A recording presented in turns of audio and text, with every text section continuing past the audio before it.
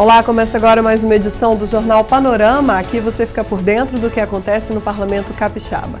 E nesta edição você vai ver em destaque: a audiência pública começa a discutir proposta de privatização da Codesa. Portuários temem perdas com a venda da Companhia de Docas. Sessão solene marca 110 anos da Igreja Evangélica no Brasil. A intenção do governo federal de privatizar a Codesa, Companhia Docas do Espírito Santo, foi tema de audiência pública da Comissão de Infraestrutura da Assembleia. O clima é de preocupação, principalmente entre os trabalhadores portuários.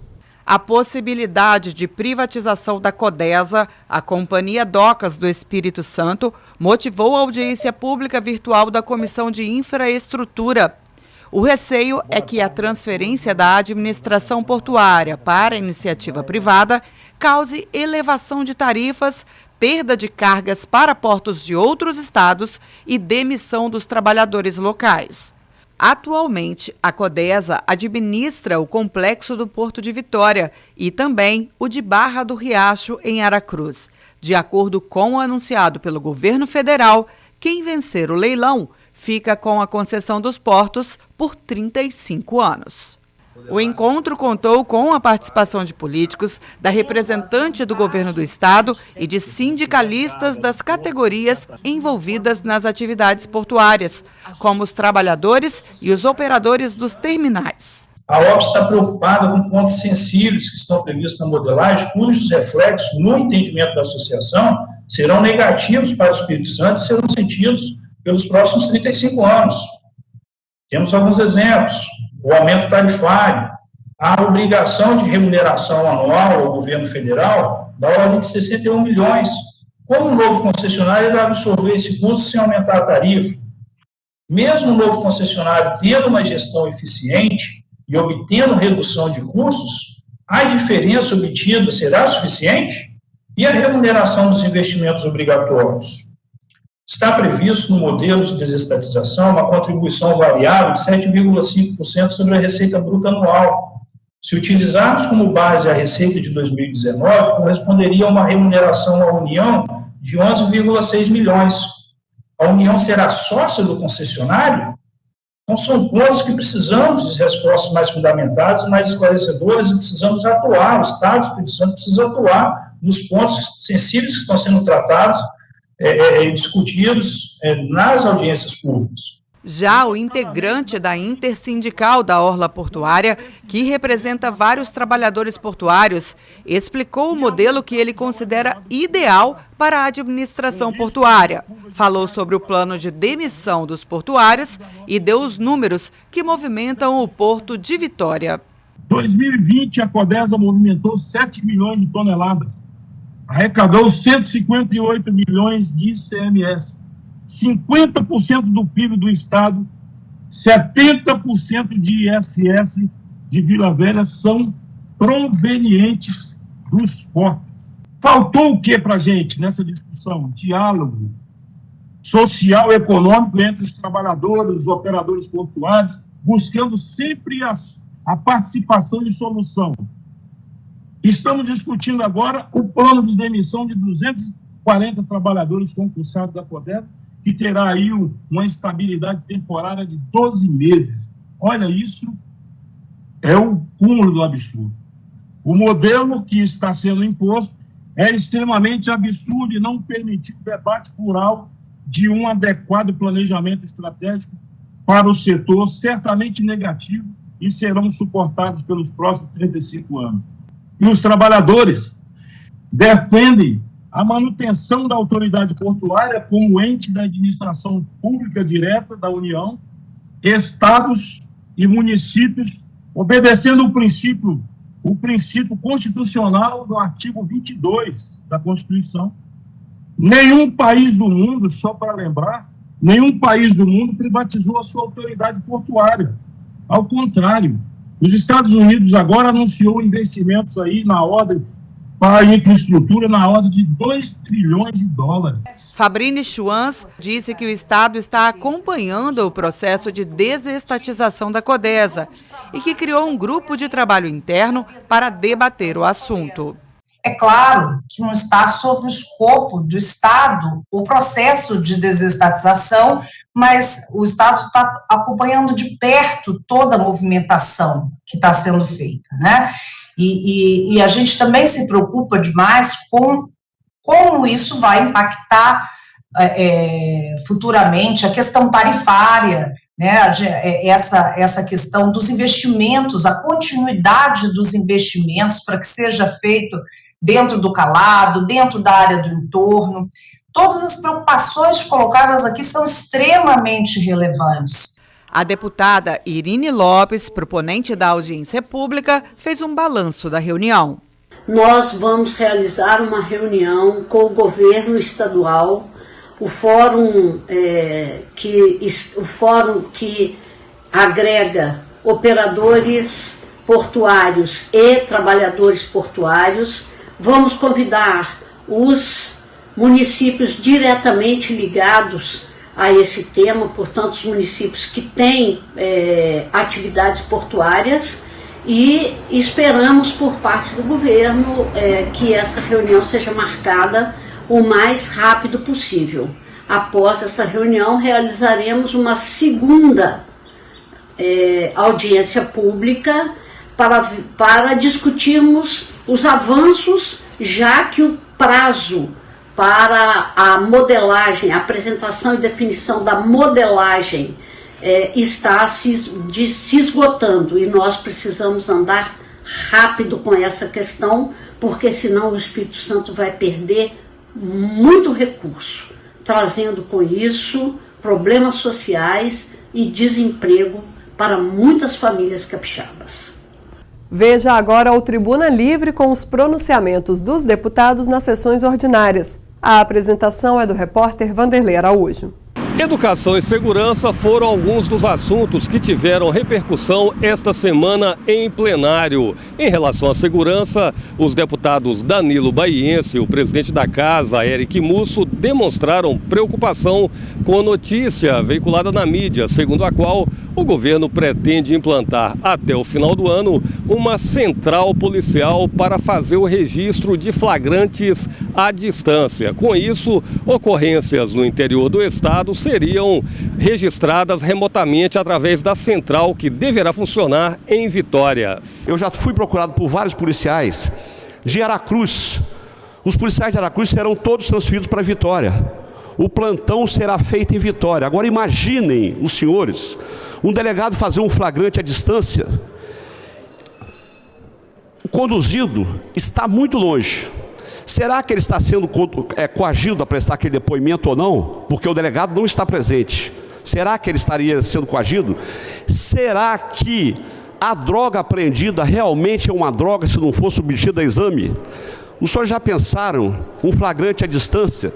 Se um cidadão for preso, por exemplo, com trigo ou coisa semelhante, embalada parecida com cocaína, e o delegado aqui autuar esse cidadão em flagrante à distância, sem ter um exame preliminar? Nós estamos falando aí em que, por exemplo, municípios do sul do estado terão que se concentrar tudo em Cachoeiro de Itapemirim, municípios do norte do estado terão que se concentrar ou tudo na cidade de Linhares ou tudo em Vitória. Então, assim, nós estamos falando de Aracruz, com 110 mil habitantes, que perderá os seus plantões e será tudo em Vitória, e o delegado vai ter que fazer um flagrante por videoconferência. Isso não existe. Isso é inconcebível, inadmissível, sabe? E eu tenho aqui o dever, né, mediante a fala de Vossa Excelência, de fazer esse alerta aos capixabas, às autoridades municipais, aos prefeitos, aos vereadores, às lideranças municipais, para que a gente faça uma força conjunta de não deixar isso acontecer, porque vai ser um retrocesso de grandes proporções. E num contraponto às demandas da segurança, o deputado Sérgio Majeski fez uma análise da qualidade do ensino no país. Ele defendeu uma educação mais qualificada, tanto no ensino técnico como nas universidades. De acordo com Majeski, na medida em que houver mais investimentos em educação, haverá mais inclusão social e menos criminalidade no país. Nos últimos 20 anos, aumentou bastante o número de pessoas entrando nas faculdades e nas universidades, mas a qualidade desse ensino não tem melhorado e ainda é muito pouco. Os cursos técnicos existentes no Brasil, em grande parte, também são sofríveis. Então, também não basta ficar criando cursos técnicos, e a gente tem observado muito nos últimos anos a criação de cursos técnicos aqui no Espírito Santo, e boa parte deles com qualidade questionável. Quando a gente fala sobre a questão específica dos estudantes, aqui no Espírito Santo nós temos mais de 100 mil jovens em idade escolar do ensino médio, de 15 a 17 anos, fora da escola. Toda vez que a gente fala em acesso à educação, em qualidade da educação, em direito à educação, é sempre bom lembrar que as políticas destinadas a dar acesso à educação, elas devem vir acompanhadas também com dar acesso e permanência do aluno. Não basta que o gestor público crie a vaga e diga assim, olha, a vaga está lá, se a pessoa não quer estudar, eu não posso obrigá-la. Porque uma quantidade muito significativa de alunos vão embora da escola e ninguém vai atrás para saber por que esses jovens saíram da escola e o que a gente pode fazer para trazê-los para dentro da escola e criar condições que elas permaneçam na escola. Então, política pública de educação tem que sempre ter o viés de oferecer o acesso e a permanência. E, claro, somada a isso, a qualidade da educação, com professores bem qualificados e bem remunerados, com escolas bem equipadas. Do contrário, nós nunca vamos avançar. 2 sessões solenes marcaram a atuação da Assembleia de Deus no Brasil. O evento contou com a presença do governador Renato Casagrande e da vice-governadora Jaqueline Moraes. Os 110 anos da Igreja Evangélica Assembleia de Deus no Brasil foram comemorados em sessões solenes na Assembleia Legislativa. Devido à pandemia de Covid-19 e de acordo com as medidas sanitárias adotadas pela mesa diretora, a capacidade de público foi limitada. Por isso, as homenagens foram divididas em 2 noites. Ao todo, 51 pastores e convenções ligadas à Assembleia de Deus foram homenageados. Houve a entrega da Comenda do Mérito Legislativo Pastor Oliveira de Araújo, concedida àqueles que se destacam no exercício de seu ministério, além de placas e certificados. O governador Renato Casagrande e a vice-governadora Jaqueline Moraes estiveram presentes. Vários músicos também se apresentaram. O proponente das sessões solenes, deputado pastor Marcos Mansur, declarou que as solenidades reconhecem a atuação da instituição religiosa no Brasil. As Assembleias de Deus do Brasil, elas fazem um trabalho evangelístico, atende o espírito e a alma das pessoas, trabalha no interior das pessoas, trabalha com as emoções, com os sentimentos, porque as questões interiores, elas cuidam disso, e como se não bastassem, também a Assembleia de Deus faz um trabalho social extremamente importante, porque em cada rincão desse, eu não vou dizer nem desse estado, nós estamos comemorando aqui do estado, mas eu preciso falar do país, aonde a gente vai, nos mais diversos e nos mais longínquos lugares, a gente encontra lá uma agência do Reino de Deus chamada Assembleia de Deus. O Congo é uma tradição cultural que veio para o Brasil com os africanos. No município de Fundão foi criada uma associação de bandas de Congo sem fins lucrativos. E agora ela poderá se tornar de utilidade pública, o que permite o recebimento de recursos do governo. Esse projeto que foi aprovado no Senado, com referência às bandas de Congo, vai favorecer o recebimento de recursos públicos, tanto do governo do estado como da prefeitura municipal, e também que ela possa participar de alguns certames que venham favorecer a cultura do Congo e também prestigiar todos os eventos que as bandas de Congo, que essa associação promove no município de Fundão. As bandas de Congo, elas fazem parte de uma manifestação cultural, estão aqui no nosso estado desde a época da escravidão, foram trazidas pelos escravos, principalmente nessa região litorânea nossa, e a intenção em 2004, quando as bandas de Congo, esse movimento, criou a associação em Fundão, foi exatamente para preservar essa identidade cultural do povo de Fundão. Então, nossa proposta, que agora vai se tornar lei, que eu espero que rapidamente seja sancionada pelo governo do estado, vai favorecer com que essa tradição ela se perpetue no município e ela possa expandir, inclusive na medida em que os recursos públicos poderão ser aportados e a associação poderá também participar de diversos certames públicos que não poderia se não fosse declarado de utilidade pública. O panorama de hoje fica por aqui. A gente finaliza o jornal com imagens do Parque Moscoso, que é o mais antigo da capital, inaugurado há 109 anos. É um local para lazer de adultos e crianças, com árvores típicas da Mata Atlântica, lagos, chafarizes e também um parquinho com brinquedos, inclusive brinquedos adaptados para crianças com dificuldade de locomoção.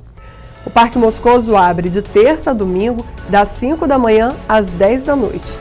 E o nome é uma homenagem ao então presidente da província do Espírito Santo, Henrique Moscoso. Obrigada pela audiência de sempre. TV Assembleia mais perto de você.